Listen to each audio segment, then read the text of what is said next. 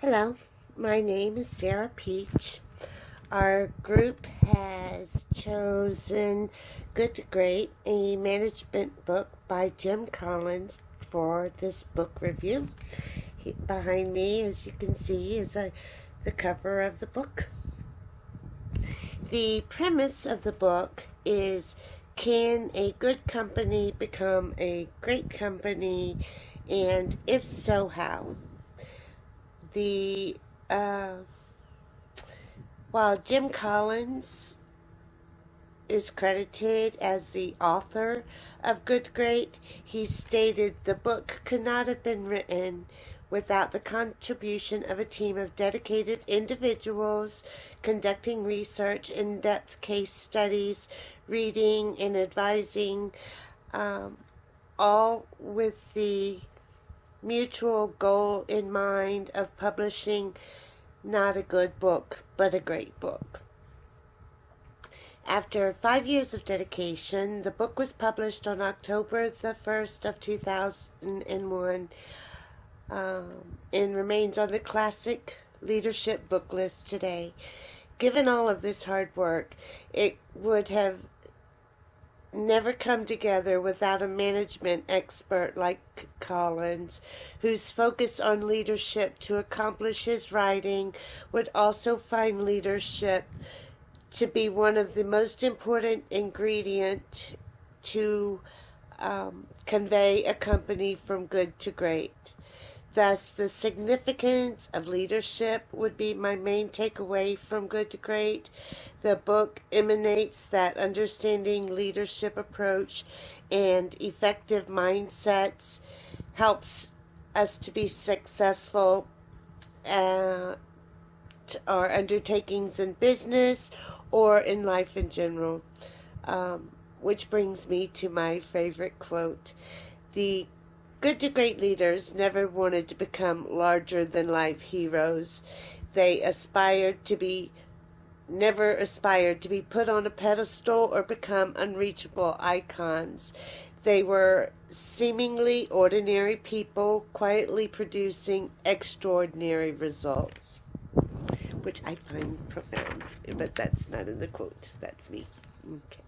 So Collins' team concluded, and our team agreed, that when the proper framework is applied to virtually any organization, it would significantly improve its stature and performance, perhaps even make it great. We wrote in about Walgreens, where the professional will of a level 5 leader, Walgreens the third, of course a family man, transitioned the business model from a food service to create a framework for sustainability with convenient drugstores. Walgreens set the standard for creating an enduring company, which remains successful today. I visit the one on the corner every single day. Why some companies make the leap and others don't is the question Collins was looking to answer in Good to Great. The question could be asked in the context of individuals as well. Why do some people make the leap and others don't? And I don't mean from the tallest building. This would be the leap to greatness, to achieve your goals and even more. The answer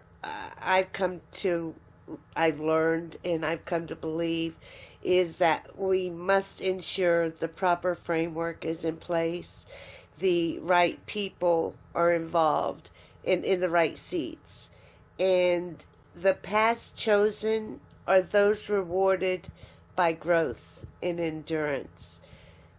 So my next group member will continue with this report. Thank you. Thank you, Sarah, for that well thought out summary of the book. Since Sarah already touched on level 5 leadership, I want to go into more detail about the next two timeless principles that Collins discussed in Good to Great, which is first who, then what, and the Stockdale paradox. The principle first who, then what basically means that you have to get the right people in your company before you decide which direction you want to take the company.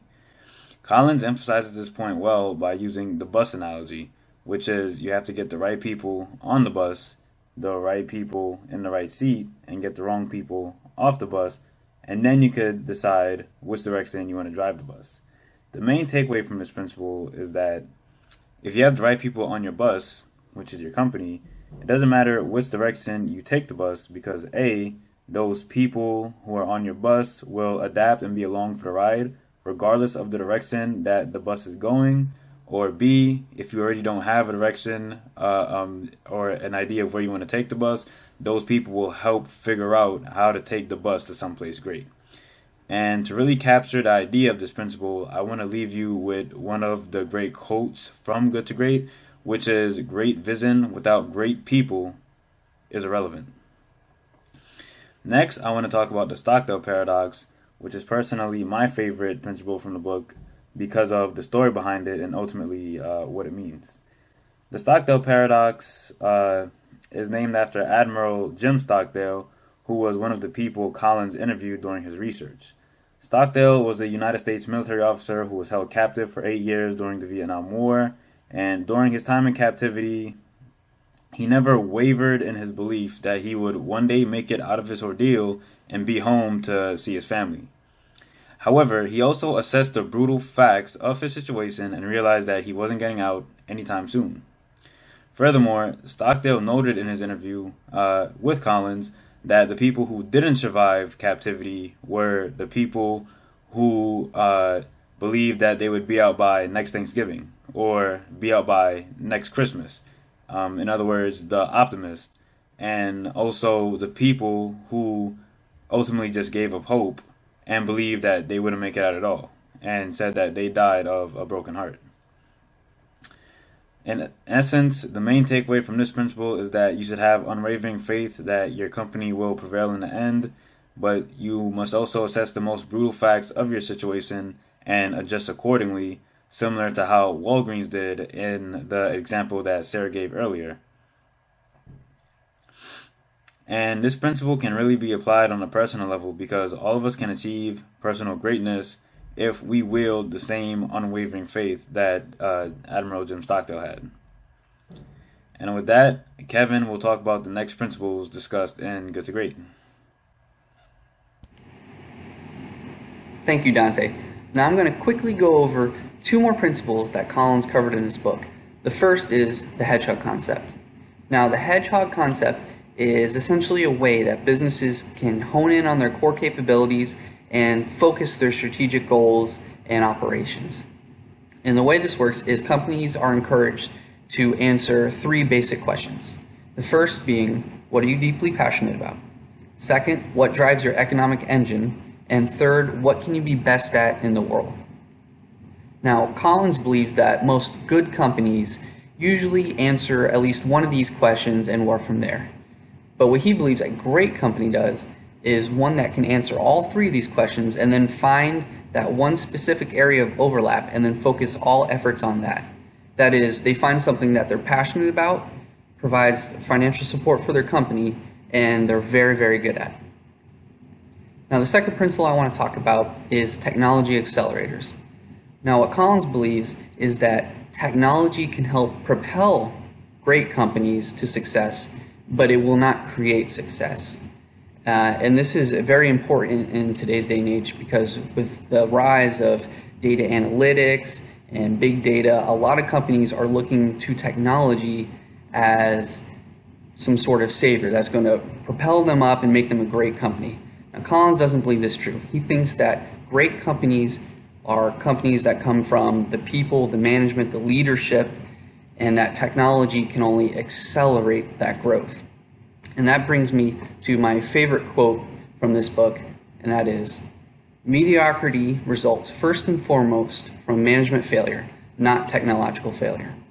And I think this is important because it just highlights that whole fact that management is really what makes a company.